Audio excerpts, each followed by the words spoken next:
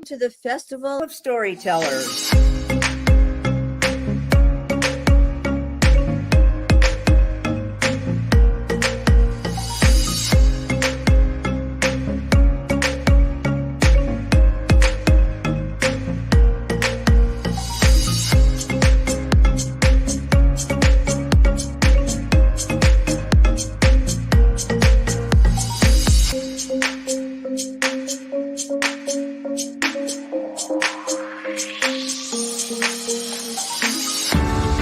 I can't tell you how excited I am to be on right now. It's been a couple of weeks of excitement, getting prepared, and I've done a lot of things in my life, but this has got to be close to the top. Thank you, and Reader's Magnet, and thank you, John, for putting this forth and taking the chance on us authors in presenting this out to the world. I've enjoyed this immensely, Joanne. Ellie, so have I. Thank you for who you are, and thank you, Reader's Magnet. You all are beautiful, and you've worked so very hard, and we are blessed. We are. I thank everybody that's involved with this process, because we know writers need readers and writers need publishers. We thank Reader's Magnet and everybody that's involved. I love Reader's Magnet. They say, we share your stories with the world.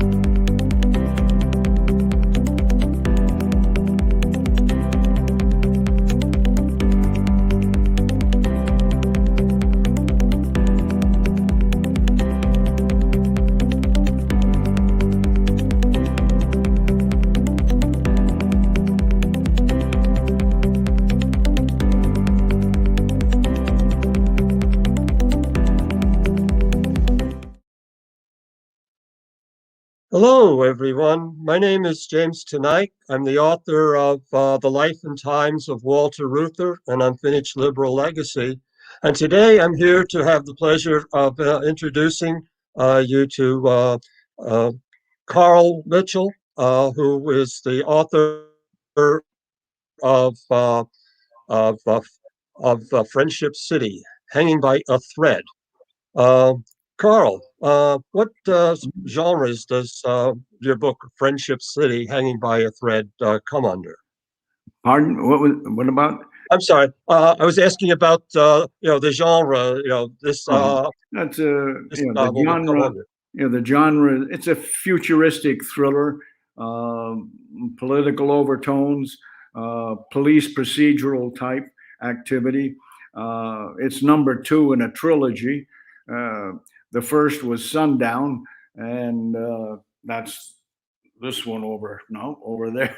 I can't. Okay. And Friendship City is the second, has the same characters and what have you. And Friendship City takes place, its action is in the year 2058. So it's about 30 some years in the future. Okay. This is the second book in your trilogy. How does it start off after the first? In other words, from the end of the first book in the trilogy, what's the sequence that brings you to this second book, Forbidden The first Friendship book, City? the first book has 2 main protagonist characters, NYPD Detective Nick Garvey and the President of the United States, Lenora Allison. She works with Nick to counteract and try and defeat the World Council, which is a dictatorial regime headed by a madman, Jason Beck. And so they worked together to try and destroy the World Council. They think they had it done, but Friendship City picks up not quite a year later, and the World Council is restoring itself. The remnants are putting it back together, and so there's the same characters, President Lenora Allison and the detective Nick Garvey, and so in addition to try and fight the World Council, Nick Garvey has in the first book, his granddaughter had been kidnapped, and his daughter had been beaten up by a thug and is in a coma. So there's different aspects, but in Sundown, Jason Beck, the supreme leader of the World Council, he had about 70 to 80% of the oil in the world destroyed, and he owned and had control of the last 20 or so percent. So he could make different countries in the world bow to his wishes.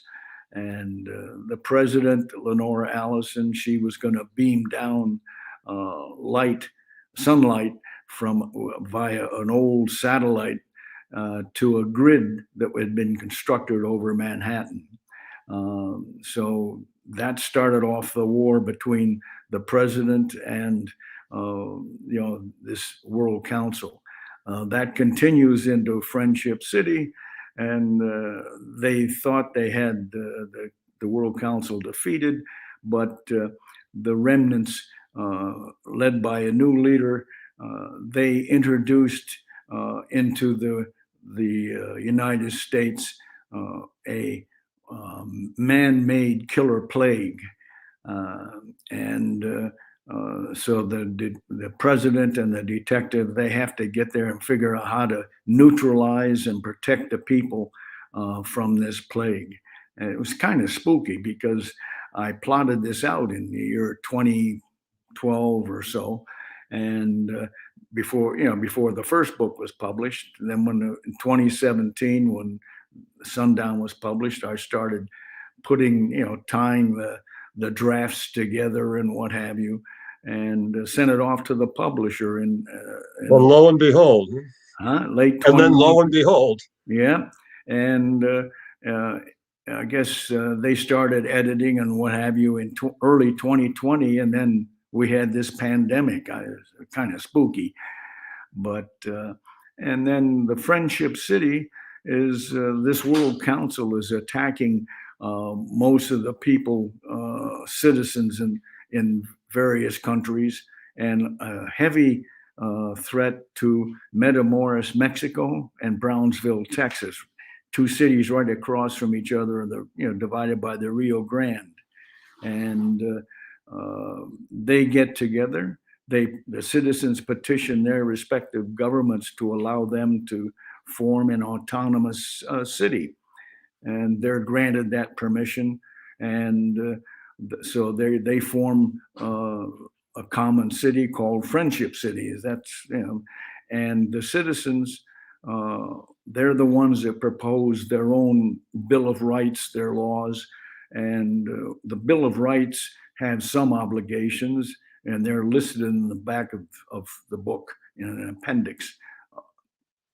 This World Council is basically a criminal enterprise. I guess it consists of malevolent business people or malevolent billionaires that have the resources to affect this, to buy up the world supply of oil, etc. Well, in the first book, Sundown, Jason Beck, he funded terrorists to blow up oil wells and pollute underground rivers of oil and things like that.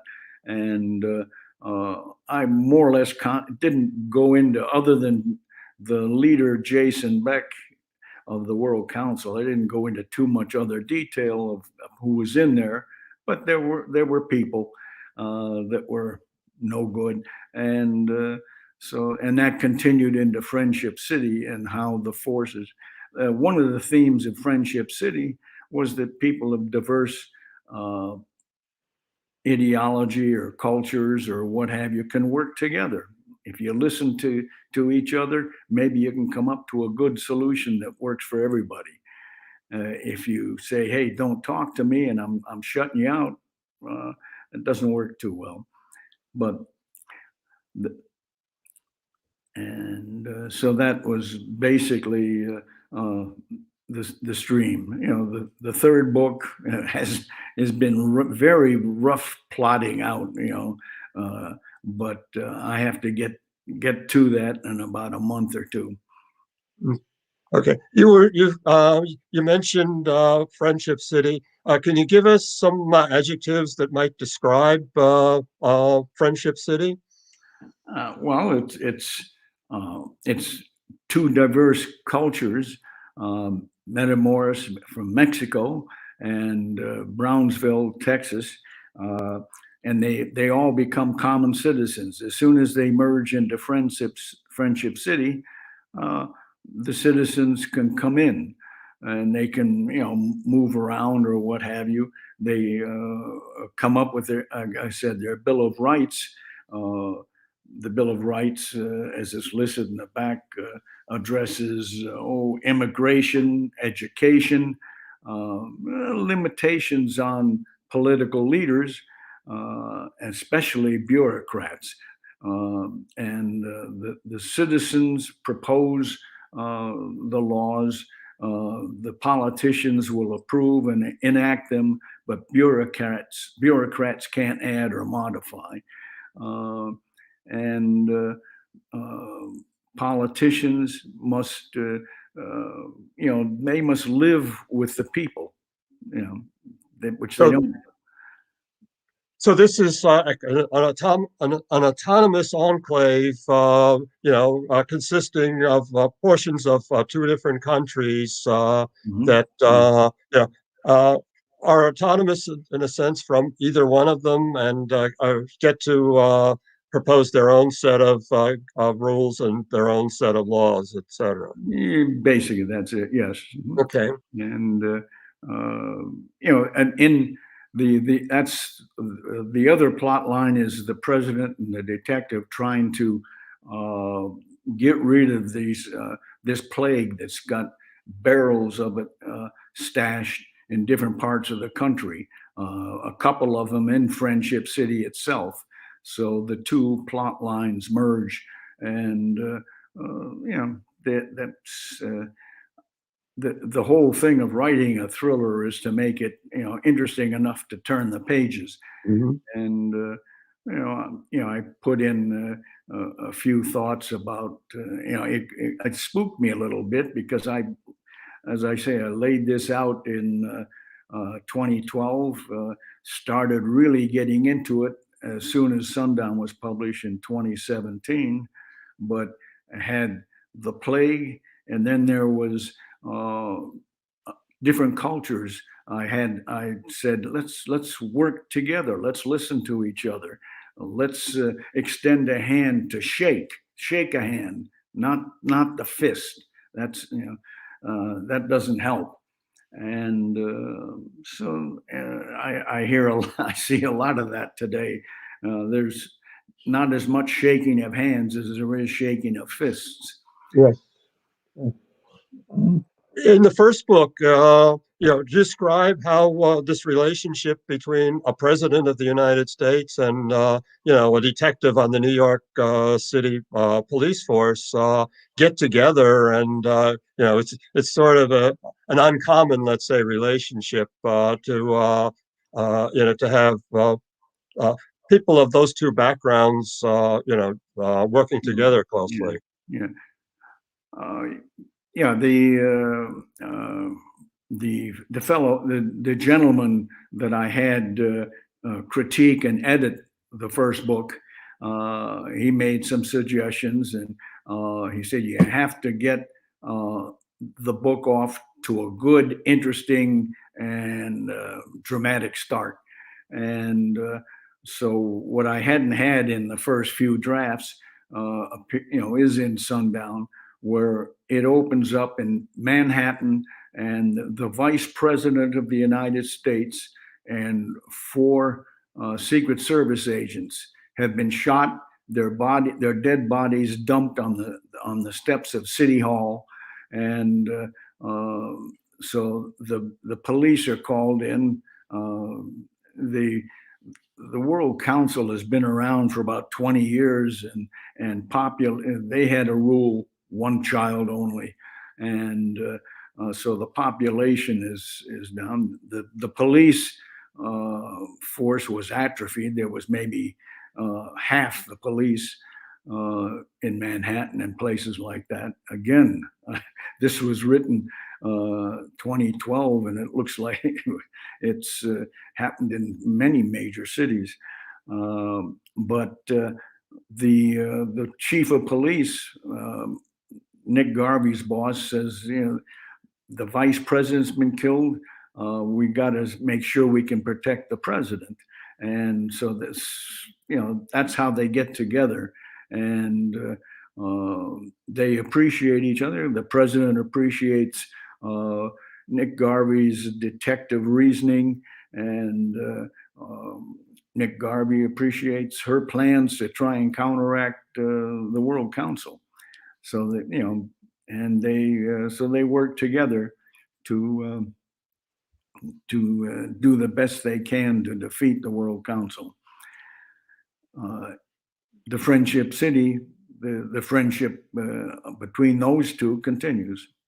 Okay. And you mentioned, in your biography, I guess, that or your synopsis of the book, that it's about police methodology and as well as the political thriller aspect of it.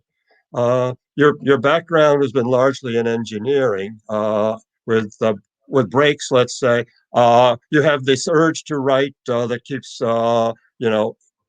breaking through or in and out of your engineering career.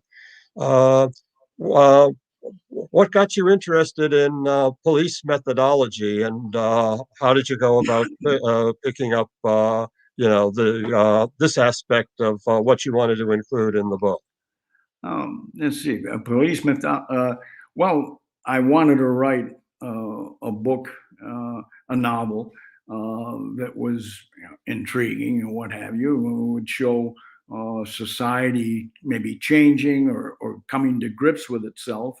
And as I developed what was an evil force, the World Council, how do you counteract that? You have to look at different ways to figure things out. And well, maybe I'm also a fan of detective shows on TV, CSI, NCIS, Law and Order, things like that. And you start putting those together, and okay, I have to have a detective. Or I want to, it'll fit with the story. And my experience, like you say, is engineering, programming too. And but with the internet you have now, you can access pretty well any piece of information. Plus, I've got paperbacks and hardcover books on police procedures and what have you. So I didn't have to get a PhD in it, but I did maybe my freshman class, if you will, in police detective work. Were you a fan of detective stories growing up, as well as sci-fi? Pardon? Were you a fan of detective stories growing up? Like I don't know, Mickey Spillane, Dashiell Hammel, these kinds of. Yeah, I read those. The first novel I read that got me hooked on fiction, I was about 10, somewhere around 10, 11 or so, was Victor Hugo's The Hunchback of Notre Dame. And I could picture everything in there. It just, was so visual as I read it. And then as I got a little bit older, there was Isaac Asimov, Robert Heinlein, and Mickey Spillane, Ernest Hemingway. Some of your favorite authors as you were growing up and beyond. Then, well, Isaac Asimov. yeah, I can, I've read a fair number of his books, but I couldn't keep up with how quickly he was he writing. puts them out very quickly, and I heard him say that he never used, even after the computer became available, he always typed them. He never used the computer. Yeah, So Yeah. he was very prolific. yeah, yeah. I remember some of the early stories I wrote. I was on a typewriter, but I'm comfortable with the computer, having worked at IBM for 35 years, and that's it's challenging to be on the computer, but I can save it and modify it, and I don't have to tear up sheets and say, "Oh, Exactly. yeah." I can in the waste dump it. And you don't need those little strips to blot out all the different mistakes, or white out to blot out the mistakes, etc. It's very convenient. Oh yeah. Okay, who's your target audience for this book? I guess people that are interested in thrillers or a little bit of science fiction, perhaps, police procedurals. That's basically what it is. And I know there's not too much. I know when I was submitting the book, I submitted to once it was, I thought, finished and edited and critiqued. I submitted it to about 45, 50 different agents. And about a third of them said, well, they'd come back and say, well, nice, but, it's not in our Well, alley. yeah, And thanks, but no thanks. I know. then I said, I was really getting, discouraged. But then I ran across an article on Vince Flynn, a very well-known author of novels, and his first book, I think he sent out to 50 or 60 agents and finally decided to self-publish. This was before Amazon or any of that stuff, and he got picked up by, his book became a bestseller, and he wrote other books. Unfortunately, he died much too early in I think it was 13. But I said, well, so if Vince Flynn can stick to it, I may not write as well, but I should stick to it too. And so I started looking at publishing houses, and the Covenant Books responded. They only had three or so restrictions. There could be no gratuitous violence, no explicit sex, and no anti-Christian, values put in there. And so I told them any violence was not gratuitous; it was plot driven. And there was no explicit sex or non-explicit sex in the book. So it was a police procedural taking place in the future. And as far as anti-Christian, there's not. I had two nuns in the story, I told them. So I didn't tell them that the two nuns were killed off after 2 chapters, They were there. but they read the book and they said, okay, they published it. Yeah. Excuse me. And what do you think differentiates your book, Friendship City, Hanging by a Thread, from other books in this particular genre?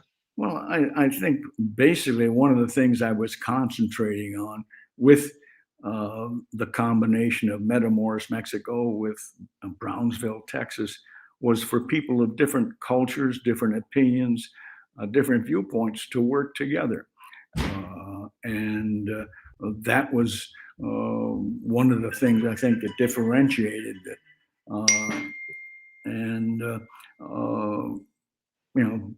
That's, as far as a thriller, usually, I involve the people of the cities, and they offer, there's a different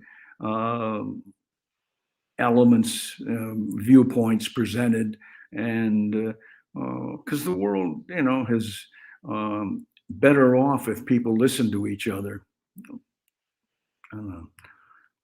I read the review that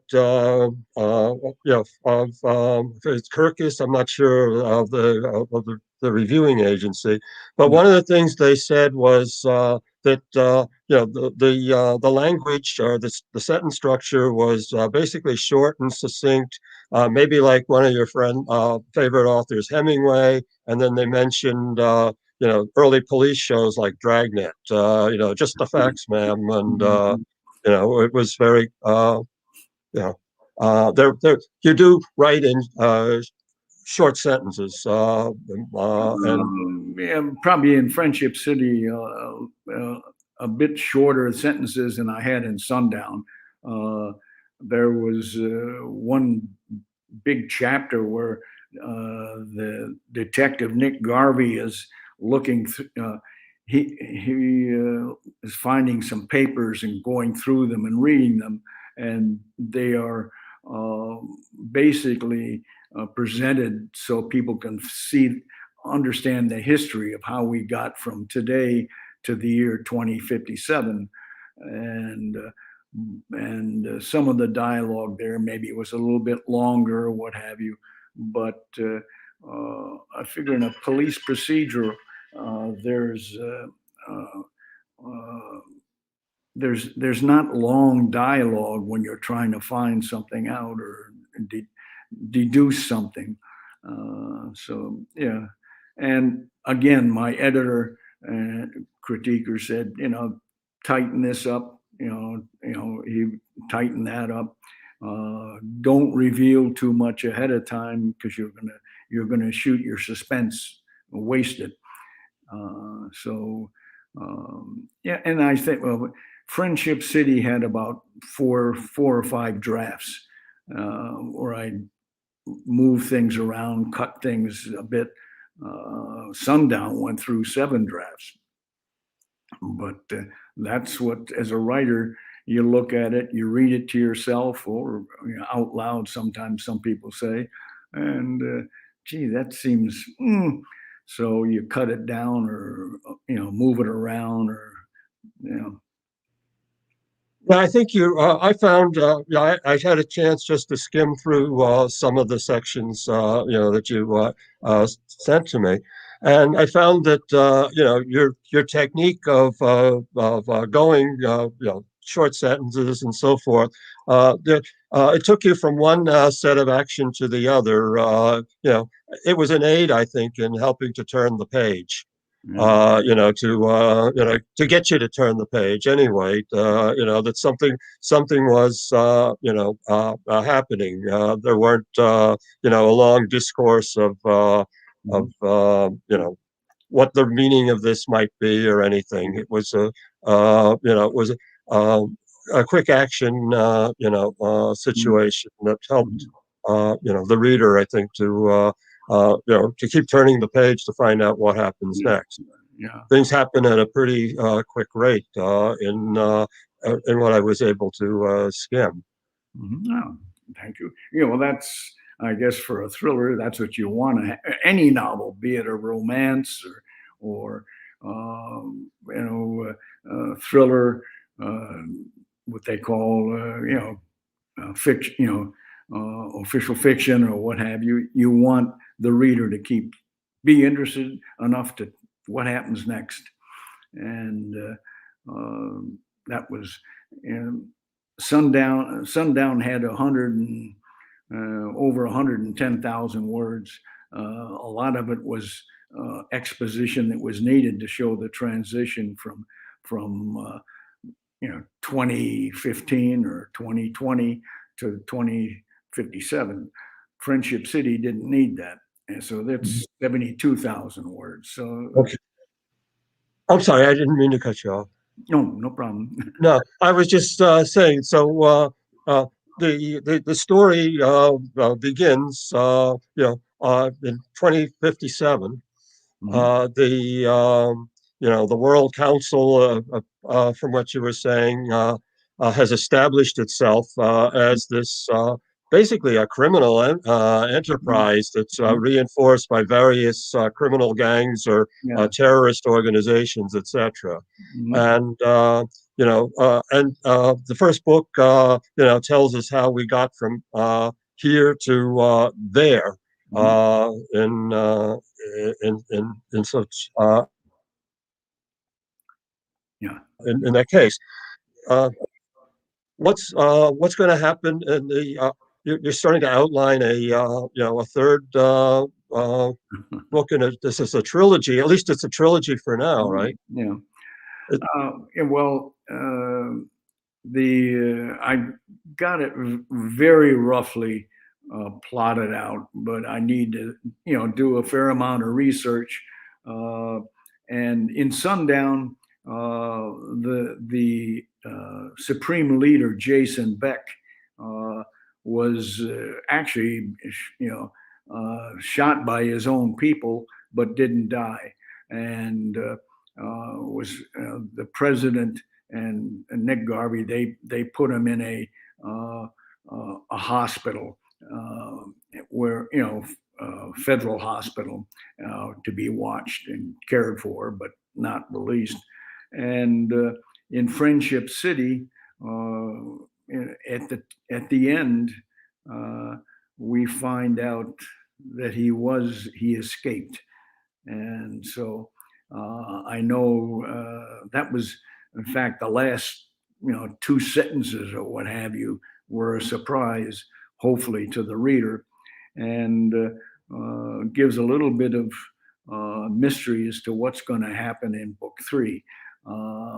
And I have to start pulling that together in maybe in a month or two.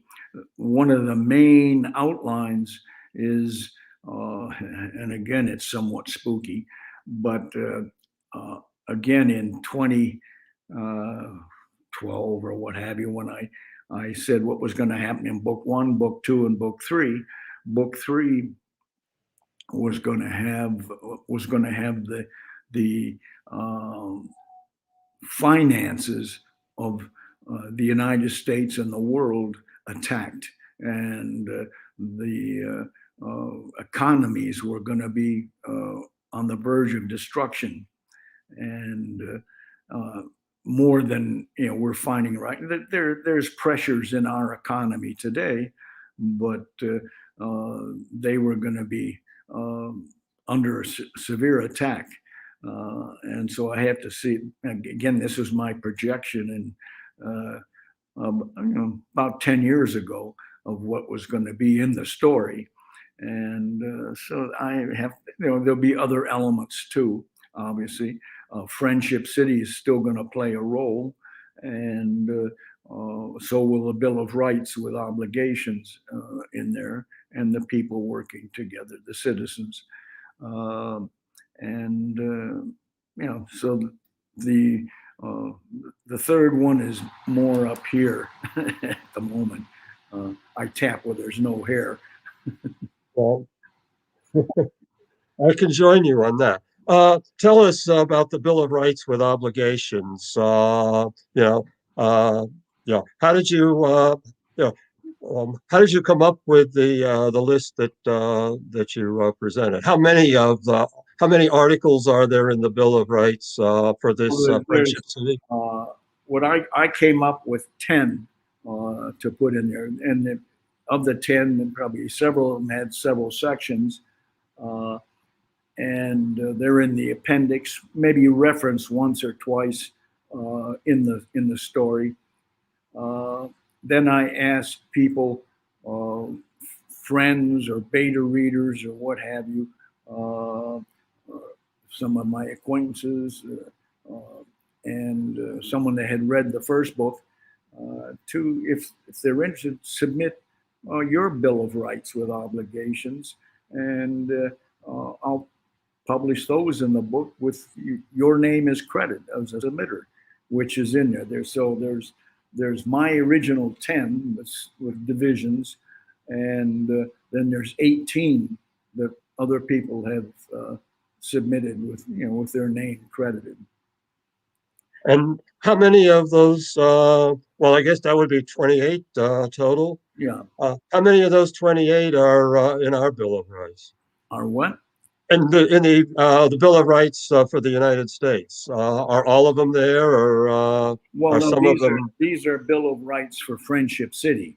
Yes, I understand. But how many of them are similar, or basically the same as are in the Constitution, or appended to the Constitution? Well, probably a little bit more detailed. I probably should have spelled it out a little bit better in Friendship City, that the Bill of Rights in the United States are part of the thing, and these are additions or personalizations for. Maybe I didn't spell that out well enough, but these Bill of Rights are proposed by the citizens, and they will be. The goal is to be voted upon about a year after the time frame in Friendship City. So some of these will be voted down; they won't be approved, but it'll be the citizens that do the voting, and then those are the Bill of Rights. The freedoms granted by the Constitution, I could have spelled that out a bit more, but When you finish the third book in the trilogy, what would be your writing plans after that? Are you planning? Well, I have things going into perhaps other fictional genres? Well, the first thought I had was to use some of the characters, like in the first book. Let's see, Nick Garvey's daughter, Sandra. She is convinced, at least in the first book, that her favorite uncle, her mother's brother, who was a street, criminal, not a super criminal, just but he was killed, and Nick's wife feels that he betrayed her brother, and the daughter heard that, and she believes that her favorite uncle was killed by her father. So she wants nothing to do. She shuts him out of her life, and he tries to, but to reapproach and get back with her. She is beat up by her boyfriend to the point where she ends up in a coma, and Nick wants to, he's getting the doctors in. He says, "Hey, I want her to get better, even if she still hates me. It's better for her to be, in the world." And she transitions into Friendship City. Eventually she comes out of the coma. She recognizes her daughter, but doesn't know her own name. So she gets through the book. She gets better, and she understands that her father did not kill her uncle. So I'm thinking in the third book, she will start helping her father. And then after that book, maybe she'll have her own adventure. So these are things that are bubbling around inside this hairless head. so that's one story, and I've got several other stories that I'll probably okay. Oops. I got a question that came up, but it went away before I could read it. As I told audiences that have visited my sessions, and I obviously told you, I have the macular degeneration. In order to be able to read anything, and I'm reading at the first grade level these days, but I need this. That is very interesting book. Well, there's a compliment. Yeah, no, that's a plus. That's a nice compliment. It's I enjoyed writing it, and I had some ideas, personal viewpoints that were in the background, but I want people to enjoy the action, the thrill of reading it, and whether I I basically I want to engage the reader and make them enjoy reading it. If along the way I can challenge them a little bit to, see things how other people see them, that's good. You mentioned you published a short 3 or 4 or 5 page article about how you developed as a writer, as a storyteller, and you talked about you started writing when you were in high school or before you were in high school. And this desire to write carried on even in the midst of your work at IBM and your work as a programmer slash an engineer slash programmer. That you even took some time off from your job and work. So, do you want to mention your desire to write, some of your earlier efforts and? Yes, I don't know if I mentioned it in that article, but the first time I wrote something was when I was about 8 years old. I had access to a typewriter, and so I wrote a story about a home being invaded by a gun-wielding thug, and the son, which I pictured myself, was in the kitchen and heard this and said, "Oh, what can I do?" And so the little boy put a whole bunch of popcorn in a pot, turned up the flames, and finally, within a minute or so, it started popping like mad. And the story has this gun-wielding thug in the living room, figuring the cops just came in, so he ran out. And the end. It was 2 pages, maybe a page and a half. And I didn't do too much writing after that, but as I did a lot of reading, and that was, there's Isaac Asimov and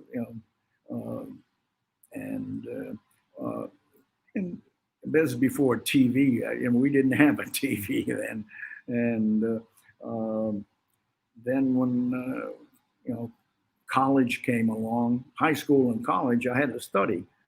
And then when I graduated college, I met my wife, future wife, and we've been married since 1963, 58 years, and had 2 grandchildren. And as I said in the story, that at 4 pages that I wrote,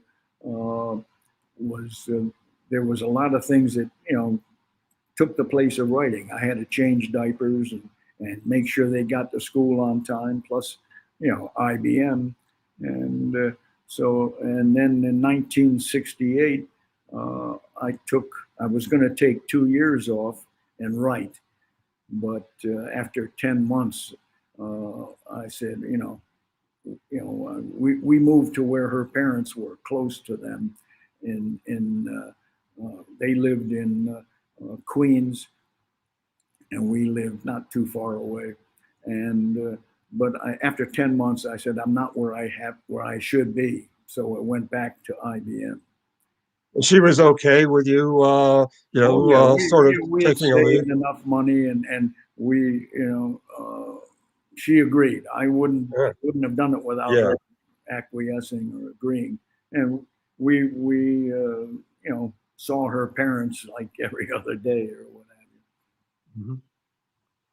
And then, you went back to IBM. Mhm. You still had the urge to write. You were trying to, when the kids got older and there weren't diapers and bedtime stories and all of that to go through.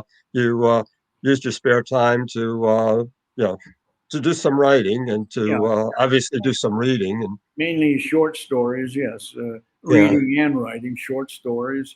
And I would send them out. And there was one of them, I think I mentioned in the article, I sent it to a small science fiction uh, publication, journal, if you will. Mhm. Alpha Adventures, I believe it was. And I sent it to them. And they sent me a letter back. We like it. We'll publish it in issue number 18. And once we publish it, we'll send you a check for $50. I said, whoa, hey, that's great. That's my first sale. Well, unfortunately, they folded after issue 17. That was it. But so I, didn't get it published, and I didn't get my $50 check. But I still wrote short stories, and then around 2008, 2009, I said I'm gonna forget short stories and go for a novel. And I had maybe three things: time travel, police procedural, and a little science fiction in there. And but when I'm going to get rid of eventually the time the space stuff and time travel. I'll go in the future, but it's going to be this world in the future, and that's how I came up on it. So by 2010, I was starting to say, okay, I was buzzing around in my head, and then by 2012, I had laid out very strong in the first and second book what the plot lines were, how it was going to be structured, who the characters were. The third book, well, pretty well just in a more Things of like an, yeah. Oh, I'm sorry. There's a little bit of a break there in the. Oh, that's I was just going to ask how, how in your future do are things that climate change, the internet, drones, things that are part of the present. How do they evolve into your future? It could, as far as the writing, it could be involved in there. Yeah, I don't lock anything out. Uh, I'm not a romance writer, so I know my limitations in certain things, and so my genre is thriller, police procedural, some science fiction. Those are the things I feel comfortable writing in. So the internet and or social media are not a particular. In other words, they're not one of the ways in which the World Council, uses to gain the prominence. I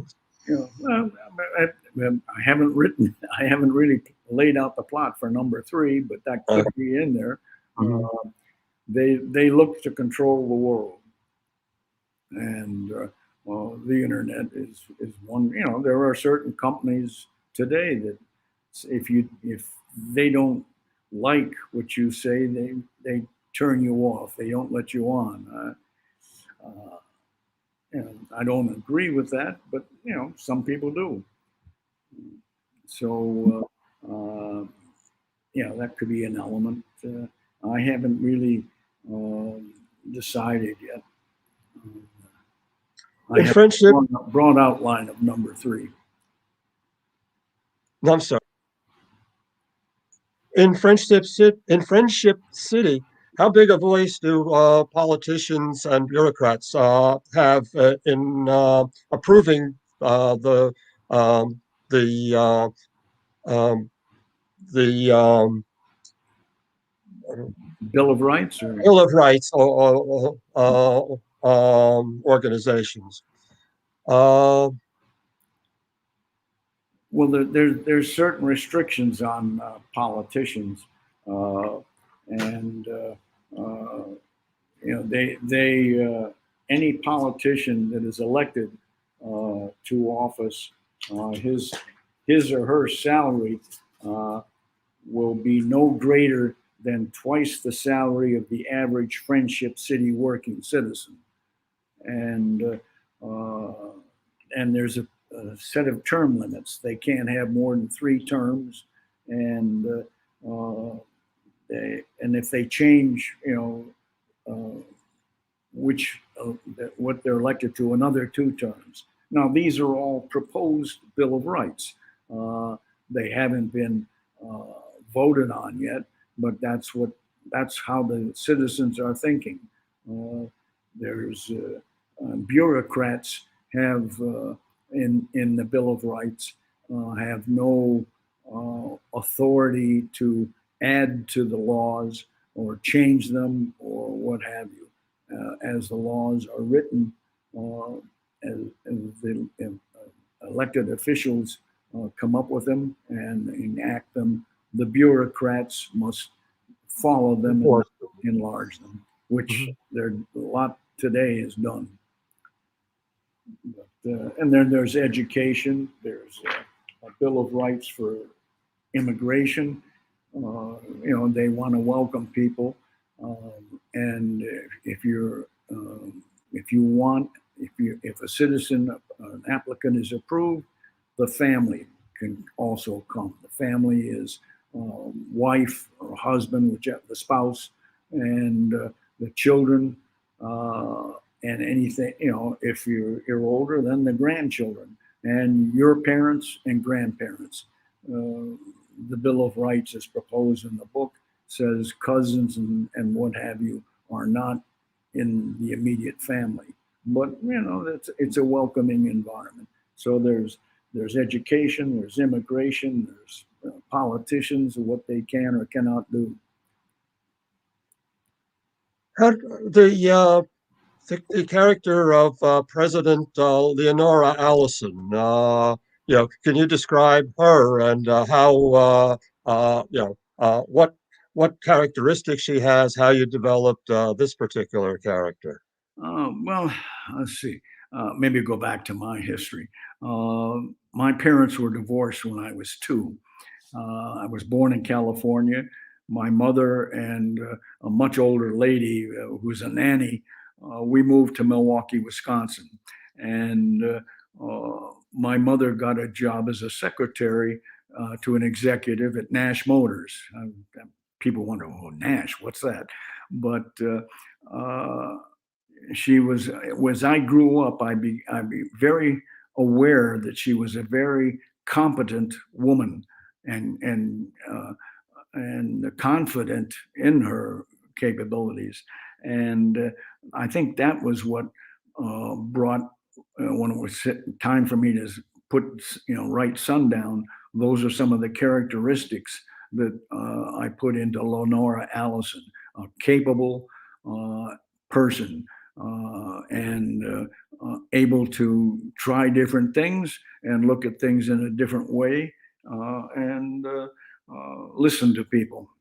And so that was maybe the genesis of what went on.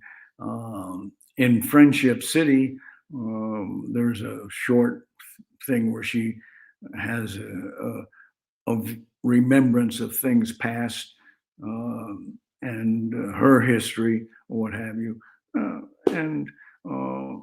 But I think basically it's just I was aware that women are, men's equals. My wife, I think that's what attracted me too. She was a very competent individual, and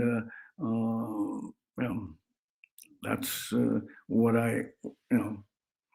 and probably some of that. So she was one of your role models in developing this character of Lenora Allison. Yes, I would say, my mother and my wife. Yeah. I'm getting a sign here from that we're coming close to the end of this session. Oh yeah, we only. But not so close. It's just 10 minutes. So we have 10 minutes to that was done about 6 minutes ago. So it was okay. Well, and we have 4 minutes. only 6 minutes left now. Okay. Okay. Yeah, I mean, I tend to run over, and I've got to try to stop that. I have to develop more of Detective Garvey's way of talking, I think, in some of these sessions. Yeah. Well, basically, I've been told to end with Friendship City and Sundown are both available in Amazon, Barnes and Noble, Kobo, and the ebooks are also available on Apple iBooks. They've both been published in ebook format, paperback, and hardback.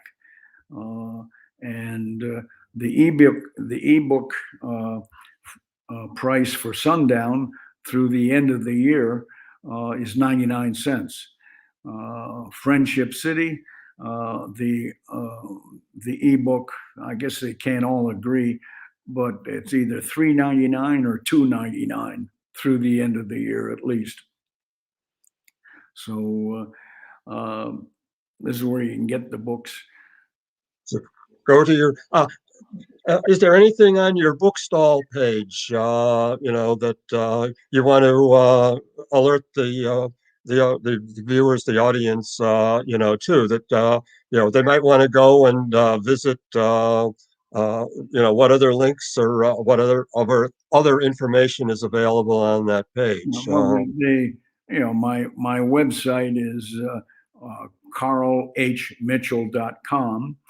I'm also on Twitter an amount, and I do once in a while get on Facebook, but it's basically as far as social media goes, Twitter is where I hit. Not that often, but when I have something new, I put it on Twitter and a little bit on Facebook. But so anybody that wants to follow you should be looking for your Twitter handle, and you can follow Carl on Twitter. You can go to the various book sellers, Barnes and Noble and Amazon, etc., where you can find either it's in 3 different versions, isn't it? Paperback, ebook, and are there hardcover versions as well? Yeah, on both of them, yes. Mm-hmm. Okay, so that's the cover of Sundown there, and let's see, it goes opposite, and that's Friendship City hanging by a thread. Mm-hmm. Literally, I guess there, but it's posted, a poster. Yeah. Okay, well, thank you. I don't know if I got another update here, but I guess we're through. It was fun. I hope I enjoyed it. I hope the viewers got to meet you and got to get the ideas about your book, and we'll check it out. Check it out on Carl Mitchell's bookstall. And I guess this will be posted too. But I want to thank you, Jim, very much. And again, I enjoyed starting your book. I haven't gotten. Oh, well, thank you. Thank you very much. We do have a couple of things in common.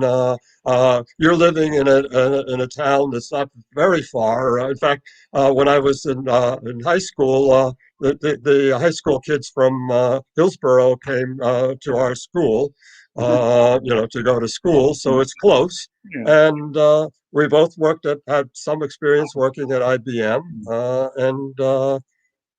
so those are, and we both, took up writing, and had an urge to write at an early age as well. So we had many common experiences. Yeah. So it's been enjoyable. Okay, well, thank you very much. And Take care. I guess that they haven't turned us off yet. Yeah.